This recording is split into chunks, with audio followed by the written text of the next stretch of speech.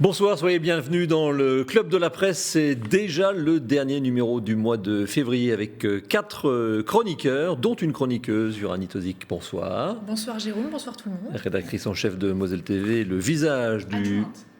Adjointe, c'est vrai. Rédactrice en chef adjointe. Très bien, très bien. Rédactrice en chef adjointe de Moselle TV et le visage de l'information sur la chaîne. À vos côtés, Vianney Huguenot. Bonsoir Vianney. Bonsoir Jérôme, bonsoir à tous. Moselle TV et France Bleu, entre autres. De l'autre côté, Hervé Boggio. Bonsoir Hervé. Bonsoir Jérôme, bonsoir à tous. Le Républicain Lorrain et Claude Bellet, journaliste essayiste. Bonsoir. Bonsoir, ex-rédacteur en chef adjoint aussi, oui. il y a longtemps. Je me rends compte que j'ai mis les vestes grises d'un côté et puis les vestes bleues de l'autre. Allez, tout de suite, sur ces entrefaits qui sont liés à la mode mais qui ne nous intéressent absolument pas, passons au coup de cœur et au coup de gueule des chroniqueurs.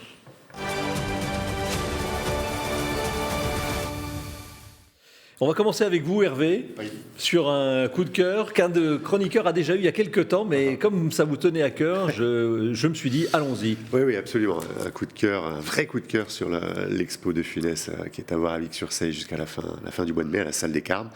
C'est vraiment une vraie Madeleine de Proust, je pense, pour beaucoup de gens qui feront le déplacement avec, sur 600 mètres carrés, vraiment beaucoup de choses à voir. Ils ont réuni, avec le concours de la Cinémathèque française, 150 pièces, dont un bon tiers de pièces originales. Il y a la barbe de Rabbi Jacob, par exemple, un must.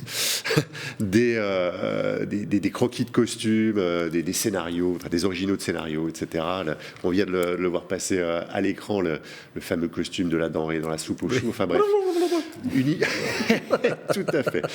Une immersion qui permettra de se souvenir pour ceux qui l'auraient oublié, et puis peut-être de découvrir pour certains d'entre eux la place que Louis de Funès occupe, non seulement dans le cinéma français, mais je dirais au-delà de ça, dans la culture populaire. C'est vraiment quelque chose qui est dans notre mémoire collective. Et voilà, quelque chose à faire, vraiment. Jusqu'à fin mai, donc quelque chose à faire, et encore une fois, un gros coup réussi par le maire de Vic-sur-Seille, Jérôme N, qui visiblement est un fan absolu de Louis de Funès. Uranie Tozic, on va rester aussi un peu dans l'humour, humour un peu plus potache cette fois. C'est une battle qui alimente les réseaux sociaux, comme seuls les réseaux sociaux savent faire, évidemment, puisque ça n'a pas vraiment beaucoup d'importance, c'est la recette de la quiche lorraine avec ou sans gruyère. Alors je ne suis pas une très grande fan des sujets polémiques tout le temps, etc. Mais j'ai bien aimé cette battle-là. Il y en a même qui l'ont appelée Quiche Gate. Alors est-ce que c'est pas un peu extrême? Je ne sais pas. Légèrement. On n'en veut pas trop au chef Philippe Etchebest pour son dérapage avec ce fromage qu'il a rajouté dans la recette. D'ailleurs, il avait même dit lui-même qu'il s'attendait à de vives réactions des puristes. Mais il aime bien le fromage, donc il en met, certes, et ça passe pas beaucoup auprès des Lorrains. De là à parler de Quiche Gate, je ne sais pas. Moi, ça m'a fait rigoler. En tout cas, j'ai passé des heures à regarder les tweets, les commentaires. Pourquoi pas de l'ananas sur une pizza? Fou rire du fromage et pourquoi pas des crevettes? Je ne voudrais pas cafeter, mais certains mettent de la migaine dans la tarte à la Mirabelle. Oh là là. Attention, là on lance. J'ai dû donc passer des heures. Et ce qui m'a plu le plus, c'est cette vidéo qu'on voit de Alf Lorraine, Alphonse Kira, encore une fois avec humour. Alf Lorraine, j'aime bien aussi son la nom. quiche-lo d'Alflo, il l'a appelé. Je pense qu'on peut écouter quelques paroles, c'est très intéressant. Du sel, du poivre. Première étape. Réchauffer le four à 200 et dérouler la pâte brisée dans le plat à tartan de... Bien, c'était donc la réponse de Alf Lorraine à Philippe Etchebest. Vous mettez de la migaine dans votre tarte à la Mirabelle? Absolument pas. D'accord. Non, mais par contre, je mets parfois du gruyère. Dans la tarte à la Mirabelle? Non, je parlais de la quiche. Non, bien sûr. C'est intéressant.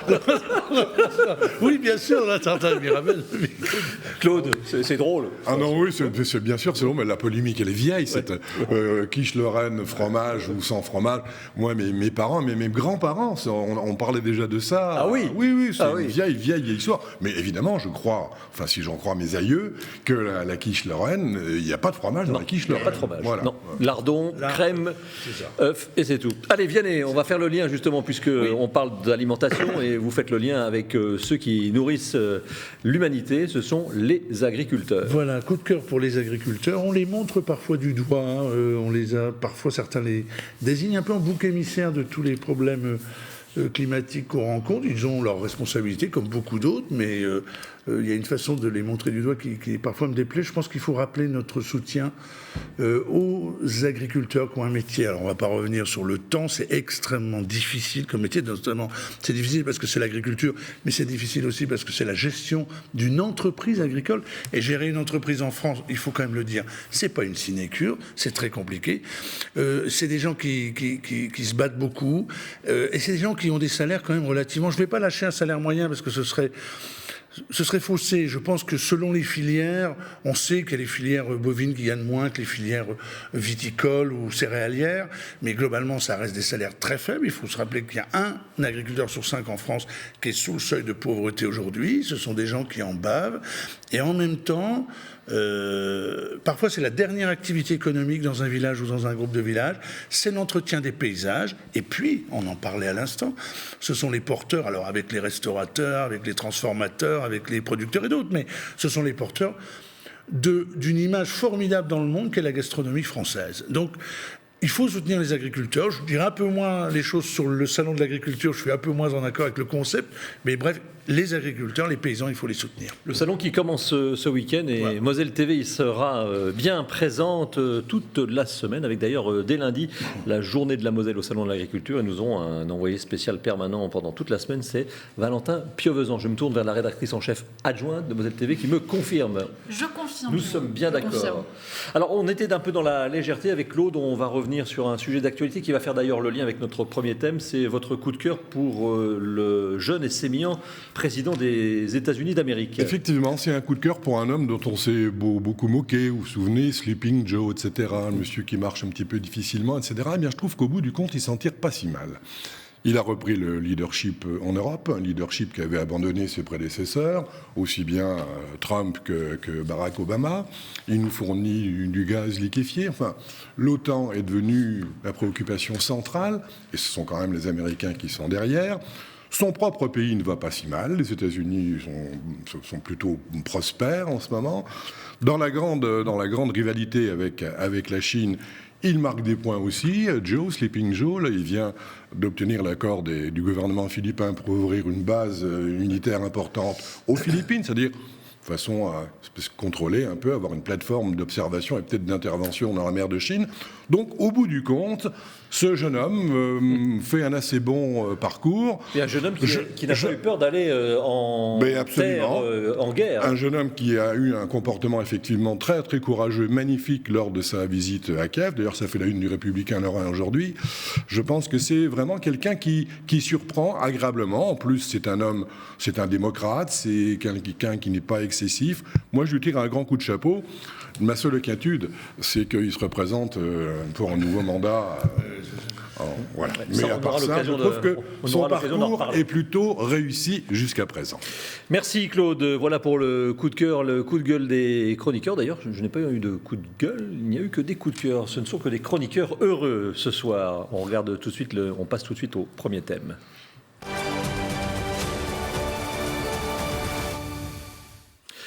Alors vous le savez, nous sommes aujourd'hui la date anniversaire de ce conflit en Ukraine. Ce n'est pas un conflit selon Vladimir Poutine, c'est une opération spéciale.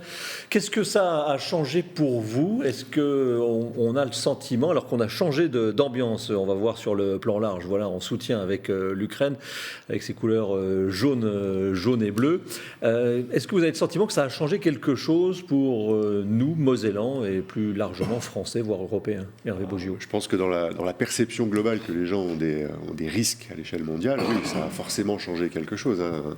Un conflit de cette température-là, je dirais, à quelques centaines de kilomètres de nos frontières, c'est quelque chose que sans doute beaucoup de gens n'avaient pas du tout présent à l'esprit. Et aujourd'hui, c'est quelque chose qui est dans notre quotidien. Alors ça l'est peut-être moins qu'il y a un an. Hein. La mobilisation, la solidarité, etc. ont pris... Là, on voit par exemple des images devant la place d'Armes à l'époque, quelques semaines ou quelques jours seulement après le début de l'invasion. Il y avait de la mobilisation. Il y en aura une également ce week-end pour marquer, je ne sais pas si on peut dire cet anniversaire, mais cette date. Ouais.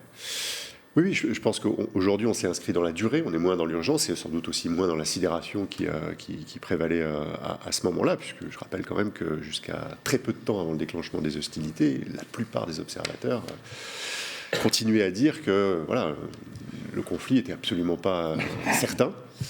Malheureusement, il a eu lieu. Et oui, c'est quelque chose qui, bien sûr, a changé, je crois, notre quotidien. Et il l'a changé durablement. Il a changé le quotidien en quoi? Dans la perception du monde, parce que finalement, pardon de revenir à des choses terre à terre et concrètes, nous vivons de la même façon, nous, Européens, plus ou moins. Peut-être pas tout à fait. Peut-être pas tout à fait. Parce que je pense qu'il y a deux changements. Un est proprement psychologique.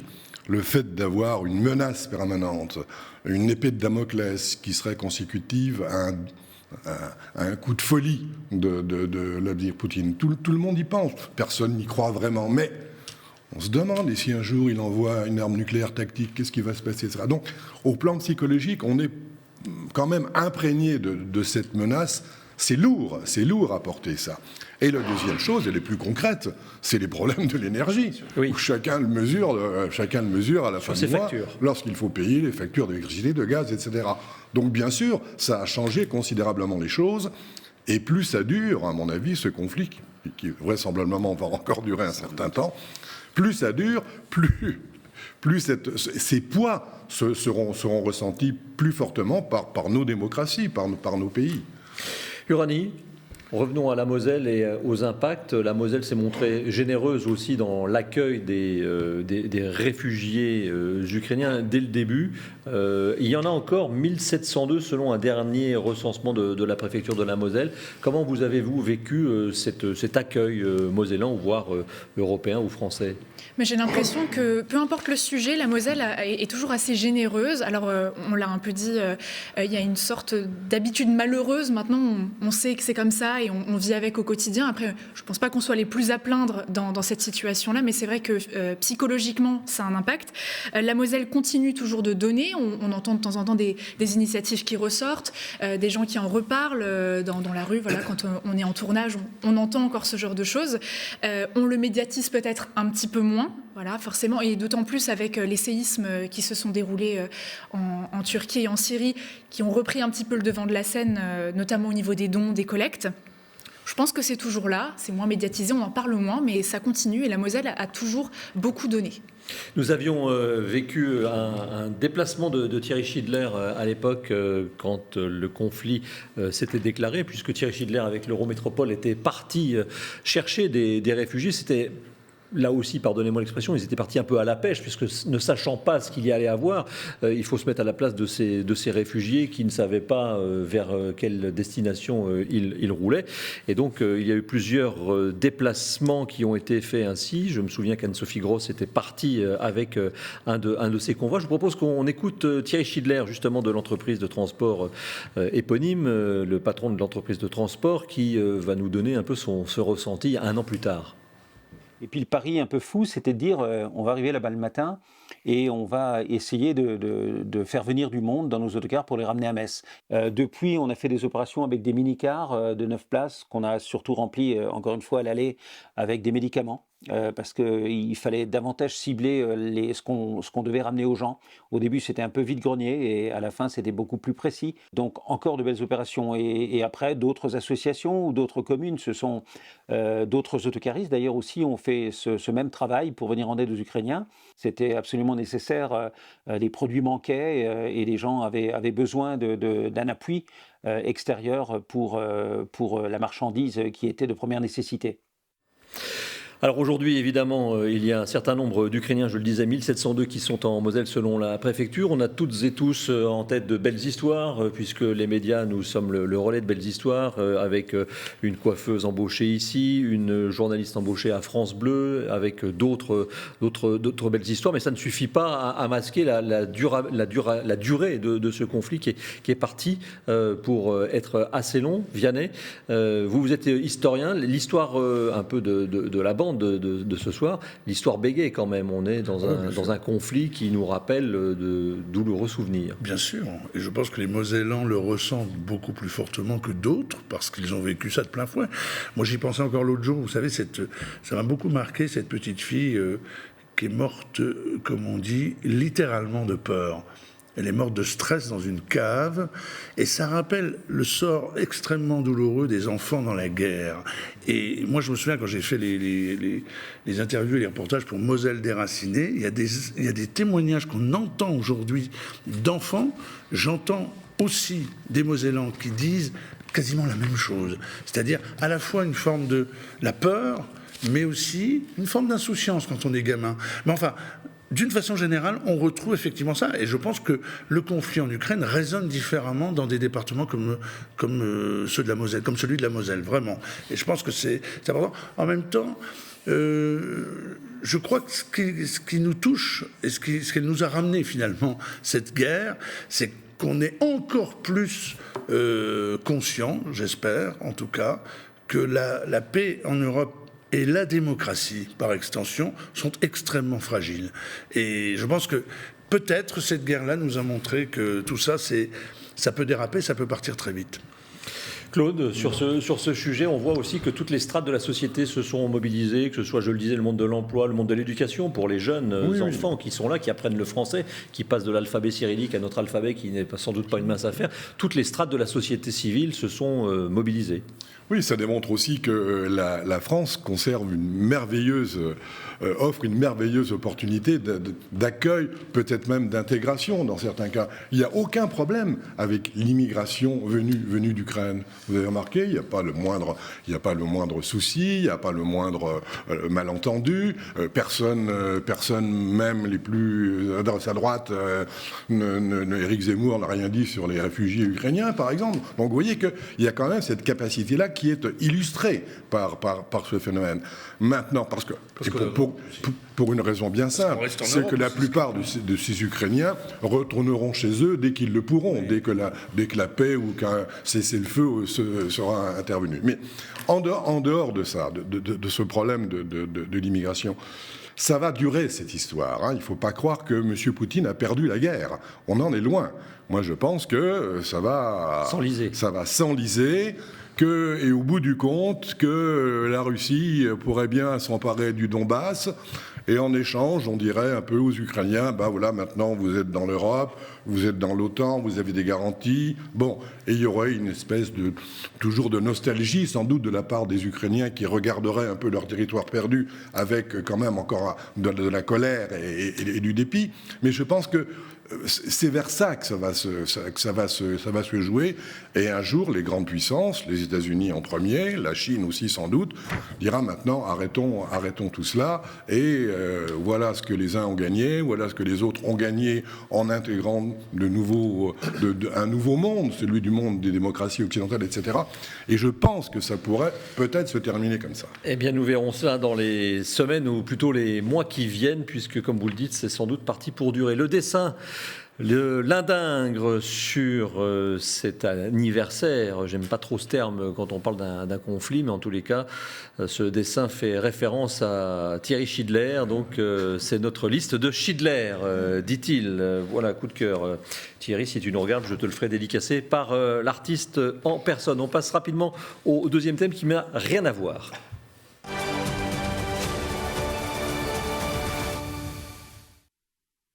Lui-ci, ce thème concerne la rue Serpenoise qui va être réenchantée avec une serpentine.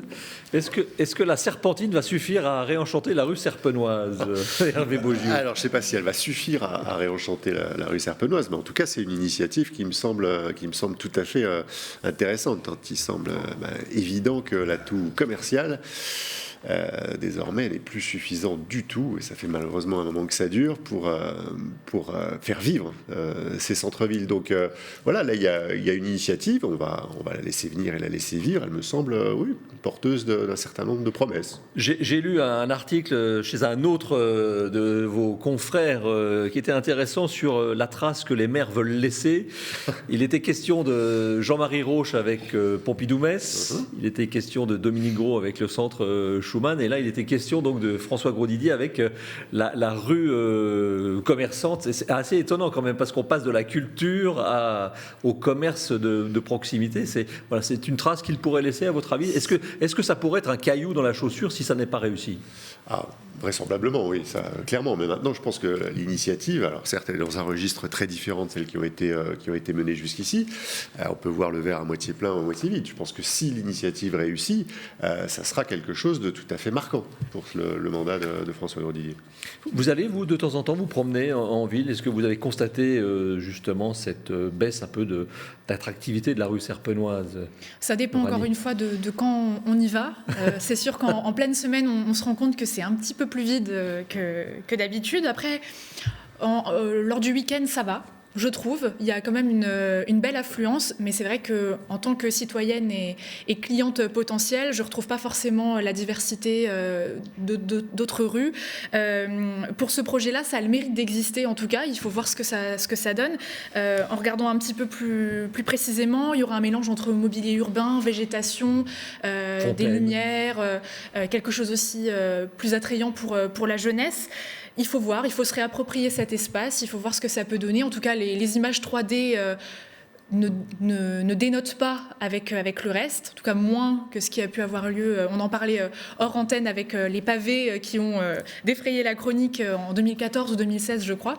Donc à voir. Pour le moment, j'ai du mal à visualiser vraiment tout, mais il faut voir la dynamique après. Alors ce que l'on voit justement pendant que vous parliez, Uranie, ce sont les projets du renouvellement du magasin le Printemps, qui est fermé depuis plus d'un an. 12 000 m² en plein centre-ville, ça n'est pas rien. Claude, c'est l'avenir de mélanger en quelques mètres carrés de bureaux, de commerce. Je crois qu'il y aura 600 m² seulement en rez-de-chaussée, plus ensuite du logement dit haut de gamme. C'est l'avenir de remettre en centre-ville des familles et des logements. Oui, évidemment, et on va revenir à la question fondamentale que je vais évoquer dans un instant. Tout ça, c'est très bien, Serpentine, les bananiers, et pourquoi pas des petits singes qui se balancent de branche en branche, tout ça c'est très bien, mais c'est pas ça qui sauvera le commerce.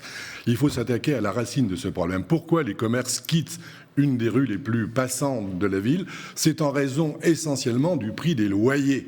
C'est pour ça que les commerces dont les chiffres d'affaires ont baissé, notamment parce que le e-commerce maintenant leur taille des croupières, etc., le prix du loyer commercial reste l'élément fondamental de ce problème. Donc tant que la ville pourra toujours s'amuser à faire des pelouses, installer des bancs, des jets d'eau et pourquoi pas des rayons laser, si elle ne fait pas pression sur les propriétaires de locaux commerciaux qui refusent de louer leurs immeubles et sur peut-être éventuellement installer une sorte de taxation, de plafonnement du prix des loyers, on s'en sortira pas. Alors après, pour le reste, effectivement, mélanger de l'habitat avec du commerce, oui, ça me paraît tout à fait normal, mais vous voyez bien qu'on est en train un peu de cacher la réalité du problème, qui est un vrai problème économique pour la ville, pour l'agglomération, avec des petits confettis végétaux. En sachant que la serpentine représentera le graouli donc, et sa queue la nuit, si j'ai bien tout saisi. Il y a un peu d'histoire aussi dans tout ça. Ouais, c'est bien, mais il faut de la diversité. C'est vraiment. Ouais.